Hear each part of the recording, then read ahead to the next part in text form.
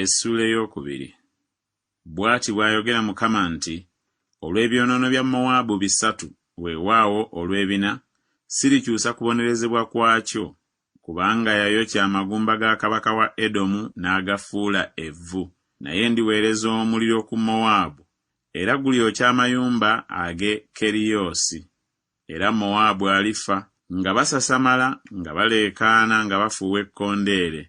Era ndimalawo omulamuzi okuva wakati mu kyo, era ndittira abakungu baamu bonna wamu naye, bw'ayogera Mukama.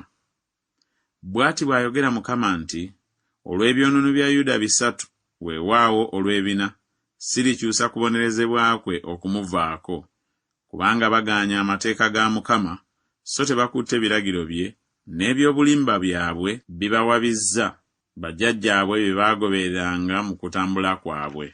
Naye ndiweereza omuliro ku Yuda, era gulyokya amayumba ag'e Yerusaalemi.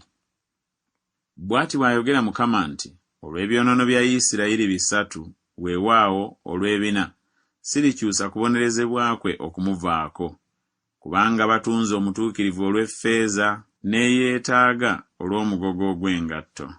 Abawankirawankira enfuufu ey'oku nsi ey'oku mutwe gw'abaavu, ne bakyamya olugendo lw'abawombeefu, n'omusajja ne kitaawe baliyingira eri omuwala omu okwonoona erinnya lyange ettukuvu, era bagalamira ku mabbali ga buli kyoto ku ngoye ze basingirwa, ne mu nnyumba ya Katonda waabwe mwe banywera omwenge gw'abo be batanze. Era naye nazikiriza Omwamooli mu mberi yaabwe, obuwanvu bwe bwali ng'obuwanvu obw'emivule, era yali w'amaanyi ng'emyera.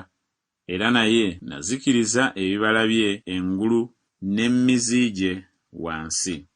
Era nabalinnyisa nga mbaggya mu nsi y'e Misiri, ne mbaluŋŋamiza emyaka 40 mu ddungu okulya ensi ey'Omwamooli. Ne ngolokosa ku batabani bammwe okuba bannabbi, ne ku balenzi bammwe okuba abawonge. Si bwe kiri bwe kityo, ayi mmwe abaana ba Isirayiri, bw'ayogera Mukama. Naye ne muwa abawonge omwenge okunywa, ne mulagira bannabbi nga mwogera nti temulagula. Laba, ndibanyigiriza mu kifo kyammwe, ng'eggaali erijjudde ebinywa bwe linyigiriza. Awo okudduka kulibula ow'embiro, so n'ow'amaanyi talyongera maanyi ge, so n'omuzira talyewonya, so n'oyo akwata omutego taliyimirira, era n'omuddusi w'embiro talyewonya, wadde n'oyo eyeebagala embalaasi talyewonya. N'oyo alina obugumu mu b'amaanyi alidduka ng'ali bwereere ku lunaku olwo, bw'ayogera Mukama.